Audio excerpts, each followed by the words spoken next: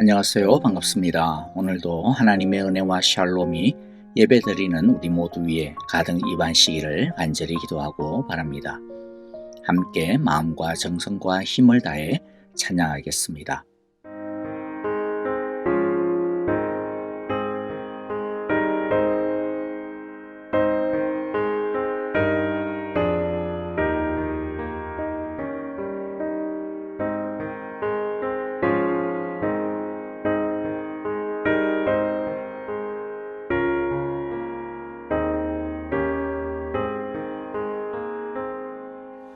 내 구주 예수를 더욱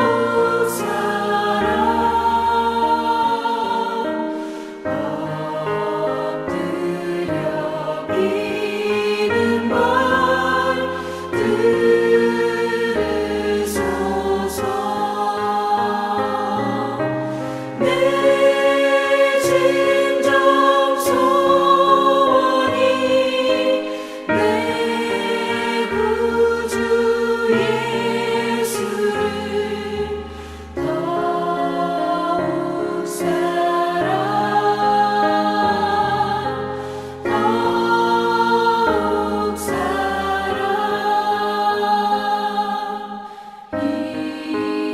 이전엔 세상 나 기뻤어도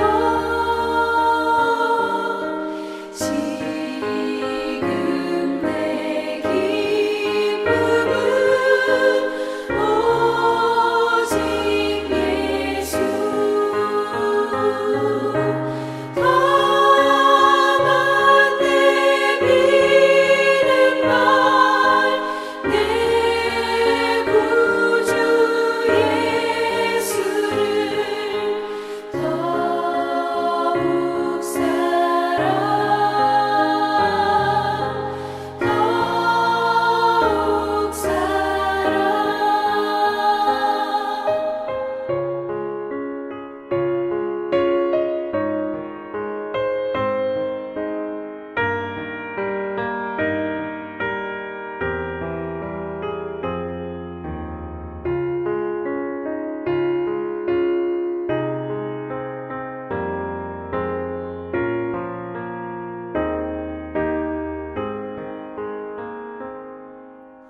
이 세상 떠날 때 찬양하고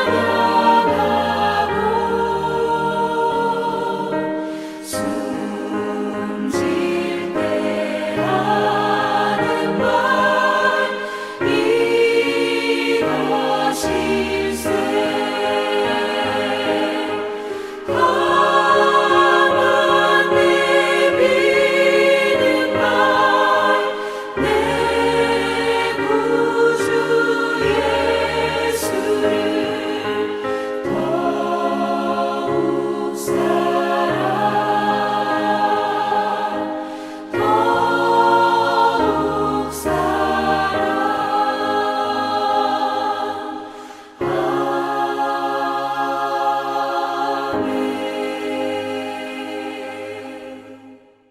이제 오늘 우리에게 주시는 하나님의 말씀 같이 읽습니다. 호세아서 6장 1절부터 11절의 말씀입니다. 1절부터 한 절씩 같이 읽겠습니다. 이제 여호와께로 돌아가자. 여호와께서 우리를 찢으셨으나 다시 싸매어 주시고 우리에게 상처를 내셨으나 다시 아물게 하신다. 이틀 뒤에 우리를 다시 살려주시고 사흘 만에 우리를 다시 일으켜 세우실 것이니 우리가 여호와 앞에서 살 것이다. 우리가 여호와를 알자. 힘써 여호와를 알자. 새벽마다 여명이 오듯이 여호와께서도 그처럼 어김없이 오시고 해마다 쏟아지는 가을비처럼 오시고 땅을 적시는 봄비처럼 오신다. 에브라임아, 내가 너를 어떻게 하면 좋겠느냐? 유다야, 내가 너를 어떻게 하면 좋겠느냐? 나를 사랑하는 너희의 마음은 아침 안개와 같고 덧없이 사라지는 이슬과 같구나. 그래서 내가 예언자들을 보내어 너희를 산산조각나게 하였으며 나의 입에서 나오는 모든 말로 너희를 죽였고 나의 심판이 너희 위에서 번개처럼 빗는다. 내가 바라는 것은 변함없는 사랑이지 제사가 아니다. 불살라 바치는 제사보다는 너희가 나 하나님을 알기를 더 바란다. 그런데 이 백성은 아담처럼 언약을 어기고 나를 배반하였다. 길르앗은 폭력배들의 성읍이다. 발자국마다 핏자국이 뚜렷하다.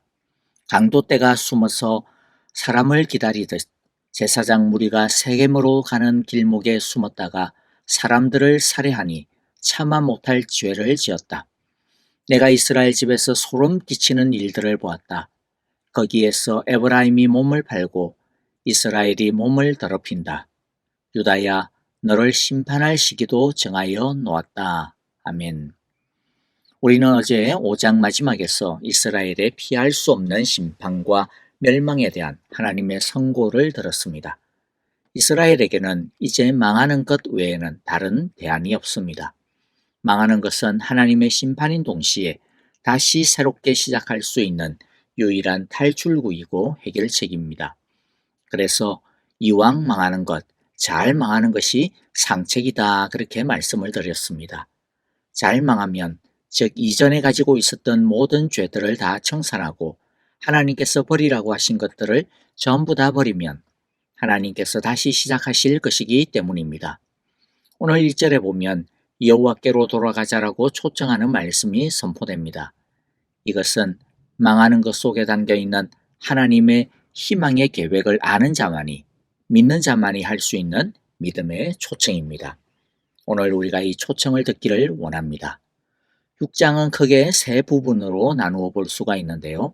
1절부터 3절은 하나님께로 돌아가자라고 하는 선지자의 초청의 선포이고 4절부터 6절은 이스라엘을 향하신 하나님의 속상한 마음을 보여주고 있고 7절부터 11절은 유다와 이스라엘의 숨겨진 죄를 다시 드러내시는 하나님입니다. 그래서 끝까지 고치시겠다라고 치유하시겠다라고 수술하시고자 하시는 하나님의 의지를 보여주고 있습니다. 오늘은 1절부터 3절에 나오는 선지자의 초청의 선포를 중심으로 살펴보고자 합니다. 선지자는 여호와께 돌아가자라고 초청하고 촉구합니다. 여호와께 돌아가자라고 하는 말은 하나님에 대한 우리의 마음 상태를 바꾸자라는 말입니다. 어떻게 바꿉니까? 지금까지는 하나님이 내게 원하시는 삶이 있다는 것을 인정하지 않았습니다. 하나님을 믿으면서도 하나님이 왕이시라고 노래는 하면서도 우리의 실제적인 삶에서는 하나님은 하나님이고 나는 나다라는 식으로 살았습니다. 그렇기 때문에 하나님 때문에 손해보는 일도 없었고 아니 하나님 때문에 손해보고 싶지도 않았습니다. 그런데 이제 하나님의 뜻대로 살겠다는 것입니다. 하나님을 위하여 내 시간과 정성과 힘과 물질을 드리겠다는 것입니다. 하나님을 위하여 고난도 당하고 손해도 당하겠다라는 것이죠. 이것이 여호와께로 돌아가자라고 하는 말입니다. 여호와께로 돌아가는 것은 절대로 말만 그렇게 하는 것으로 끝나는 것이 아님을 그러므로 알아야 합니다. 마음만 그런 마음을 가졌다고 해서 여호와께로 돌아가는 것이 아님을 우리는 분명히 알아야 합니다. 여호와께로 돌아가는 것은 하나님을 위하여 나를 희생하는 것입니다. 여러분, 그러므로 혹여라도 하나님 앞에서 우리의 모습이 너무 염치 없고 부끄럽고 뻔뻔스러운 것 같아도 마음속에서 하나님만이 살 길이야, 하나님을 다시 붙들어야 해, 하나님께로 돌아가야 해라는 생각이 들면 그때가 바로 여호와께로 돌아갈 때임을 성령님께서 우리 마음에 여호와께로 돌아가라고 초청하시고 등 떠미시는 때라는 것을 우리 모두가 알아차리기를 바랍니다. 여호와께로 돌아가자라고 하는 성령님의 이 말씀에 우리 모두가 즉각적으로 순종할 수 있기를 간절히 바랍니다. 자, 이제 이렇게 여호와께로 돌아가면 어떤 일이 생기는지에 대해서 우리가 살펴보고자 합니다. 첫째는요, 어떤 상처라도 어떤 죄라도 다 싸매어 주시고 아물게 해 주십니다. 1절 후반부에 보면 여호와께서 우리를 찢으셨으나 다시 싸매어 주시고 우리에게 상처를 내셨으나 다시 아물게 하신다라고 말씀하십니다. 하나님은 하나님께로 돌아오는 자들의 상처가 아무리 크고 그들의 죄가 아무리 커도 능히 고치시고 사하신다는 뜻입니다. 여기서 찢으셨다, 상처를 내셨다라고 하는 표현은요, 5장 14절의 말씀과 연결되는 말씀입니다. 5장 14절에 보면 내가 사자처럼 에브라임에게 달려들고 젊은 사자처럼 유다 가문에 달려들어 그들을 물어다가 갈기갈기 찢을 것이니 아무도 내 입에서 그들을 빼내어 건져주지 못할 것이다. 사자에게, 젊은 사자에게 갈기갈기 찢겨졌으니 이것은 도무지 살아날 가망성이 없는 상태를 말하죠. 그런데 하나님께서 지금은 무엇이라고 말씀합니까? 그 어떤 상처도 하나님은 다 싸매어 주시고 다시 아물게 하신다라는 것입니다. 하나님께로부터 그 어떠한 징계를 받았다 할지라도, 완전히 망해버린 징계를 받았다 할지라도 우리가 하나님께로 돌아가기만 하면, 우리가 하나님을 붙들기만 하면 하나님께서는 다 싸매어 주시고 다시 아물게 하시겠다라고 하는 말씀이죠. 이처럼 하나님의 긍휼과 자비는 무궁하십니다. 하나님께로 돌아오기만 하면 그들이 이전에 어떠한 과거가 있었건, 어떤 아픔이 있었건, 어떤 상처가 있었건, 어떤 죄를 지었건 주님께 피하는 자들은 하나님께서 다 싸매주시고 무엇이든지 다 고쳐주시겠다라고 하는 약속의 말씀입니다. 우리 모두 하나님의 이 놀라운 은혜를 늘 기억하고 주님께 매달릴 수 있기를 바랍니다. 정리하면요, 1절 후반부는 하나님의 치유와 용서의 크기, 범위를 말씀해 주고 있습니다.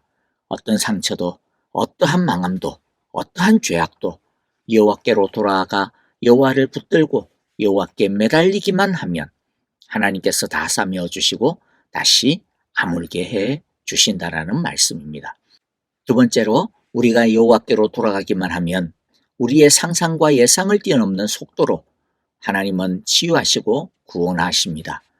2절은 하나님의 치유와 용서의 놀라운 속도를 보여주고 있는데요. 이틀 뒤에 우리를 다시 살려주시고 사흘 만에 우리를 다시 일으켜 세울 것이니 우리가 여호와 앞에서 살 것이다. 여기서 사흘 만에 우리를 다시 일으켜 세우신다라고 하는 표현 때문에 이것이 예수님의 부활인가라고 생각할 수 있는데 이것은 그런 뜻은 아닙니다. 아주 빠른 속도로 치유하시고 회복시키신다는 뜻입니다. 그런데 이것은 단순하게 빠른 속도만을 뜻하는 것은 아니고요. 이 말씀은 하나님의 치료와 구원의 속도가 우리의 예상과 상상을 뛰어넘는 것이라는 거죠. 어떤 사람은 하루아침에 알코올 중독에서 벗어나기도 합니다. 어떤 사람은 우울감에서 벗어나기도 합니다. 어떤 사람은 과거의 상처로부터 노임을 얻고 어떤 사람은 하루아침에 그렇게 해도 안 되던 나쁜 습관에서 한순간에 벗어나기도 합니다. 어떤 사람은 그렇게 안 믿어지는 하나님이 갑자기 믿어지게 되기도 합니다. 여러분, 오늘 우리에게도 이런 놀라운 치유와 구원의 능력이 경험되어지기를 간절히 기도합니다. 우리가 전심으로 여호와께로 돌아가기만 하면 주님께서는 분명히 우리를 이렇게 회복시켜 주실 것입니다. 세 번째는요, 주님을 더 가까이 하고자 하는 간절함이 생깁니다. 주님의 구원과 치유하심을 맛본 사람들은 무엇이라고 고백합니까? 2절 후반부에 보면 우리가 주님 앞에서 살 것이다. 주님 앞에서 살 것이다. 이것은 하나님의 은혜와 사랑을 맛본 사람만이 갖는 가장 큰 소원입니다. 그래서 시인은 무엇이라고 감격하며 노래했습니까? 시편 84편 10절에 보니까 여호와의 성전뜰 안에서 지내는 하루가 다른 곳에서 지내는 첫날보다 낫기에 악인의 장막에서 살기보다는 하나님의 문지기로 있는 것이 더 좋습니다. 라고 고백합니다. 하나님 앞에서 하나님과 함께 사는 것이 너무 좋다라는 것이죠. 그리고 이 고백은 나는 이제 절대로 주님을 떠나지 않겠습니다. 라고 하는 고백이기도 합니다.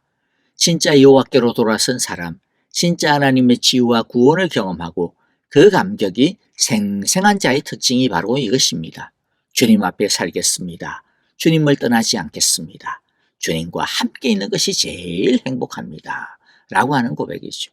이전에는 세상에서 노는 게 제일 재밌었습니다마는 그러나 여호와께로 돌아선 자는 세상에서 노는 게 시시하다라고 느껴지기 시작합니다. 말씀을 보는 게 오히려 더 재밌고 기도하는 게 오히려 더 즐겁고 찬송하는 것이 오히려 더 행복하고 주님의 뜻에 순종하는 것이 오히려 더 신납니다. 은혜 안에 살면 이렇게 됩니다. 여러분, 저와 여러분에게 이러한 고백이 어느 정도 있습니까? 우리들의 모습을 오늘 한번 점검해 볼 수 있기를 바랍니다. 오늘 이 시간 우리 모두 믿음으로 한 목소리로 우리 같이 한번 고백했으면 좋겠습니다. 나는 주님 앞에서 살겠습니다. 나는 주님 앞에서 살겠습니다. 나는 주님을 떠나지 않겠습니다. 나는 주님을 떠나지 않겠습니다. 자, 네 번째는요. 하나님을 더욱 알고 싶어집니다. 3절에 보니까 우리가 여호와를 알자, 힘써 여호와를 알자. 새벽마다 여명이 오듯이 여호와께서도 그처럼 어김없이 오시고 해마다 쏟아지는 가을비처럼 오시고 땅을 적시는 봄비처럼 오신다. 우리는 이제 확실하게 알고 있으리라고 믿는데요. 여호와를 안다라고 하는 것은 단순히 여호와에 관한 지식이 아닙니다. 여호와를 아는 것은 여호와와의 친밀한 사랑의 교제를 나누는 것입니다. 친밀한 사랑의 교제를 나눈다라고 하는 것은 우리는 하나님께 우리의 사랑을 드리고 또 하나님은 우리에게 당신의 말씀을 알려주시고 그리하여 우리는 그 말씀을 아멘으로 받고 따른다는 것을 말합니다. 그래서 우리는 항상 하나님을 부르고 높이고 간구하며 그리고 하나님의 뜻을 따라 우리의 삶을 살아냅니다.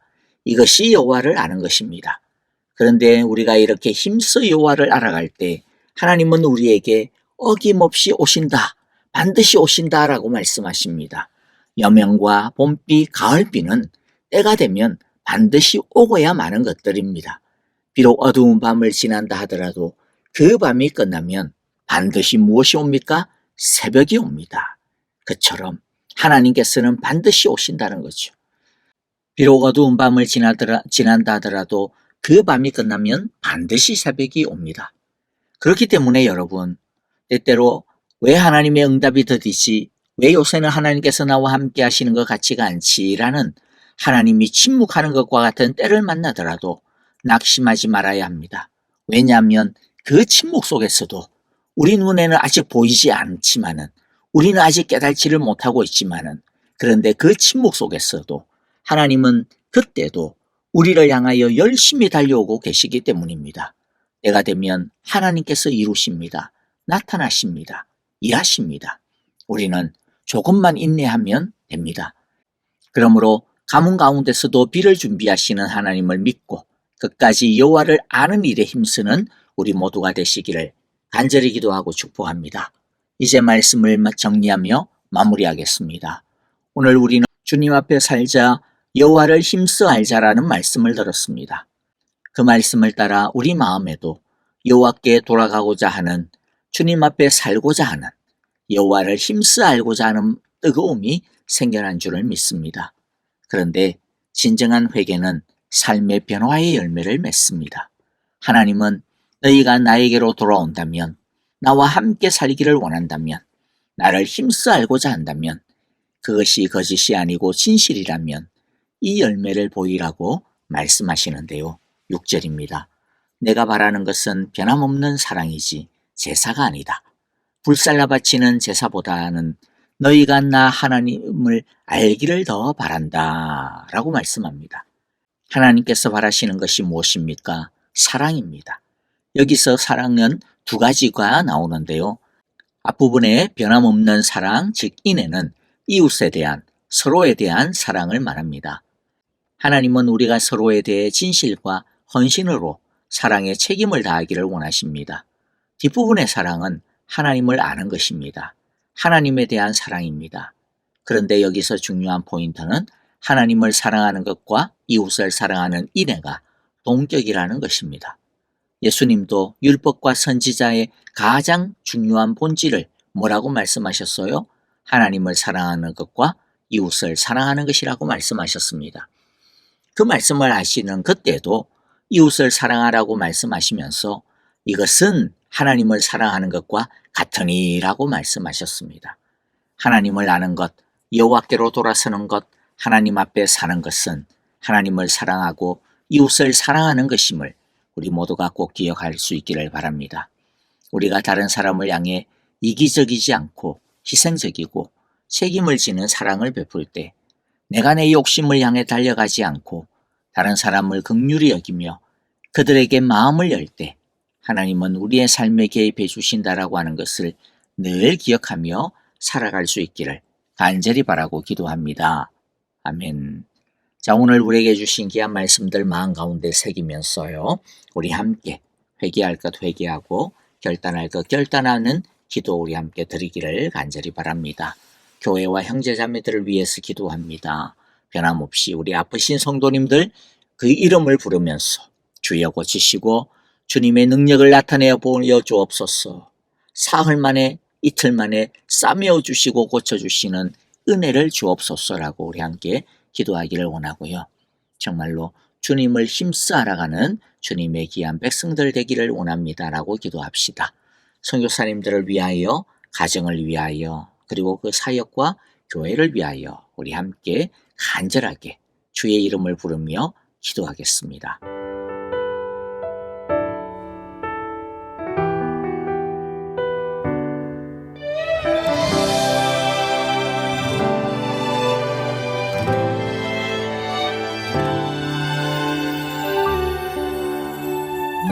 무명이어도 공허하지 않은 것은 예수 안에 난 만족함이라. 가난하여도 부족하지 않은 것은 예수 안에 오직 나는 부요함이라.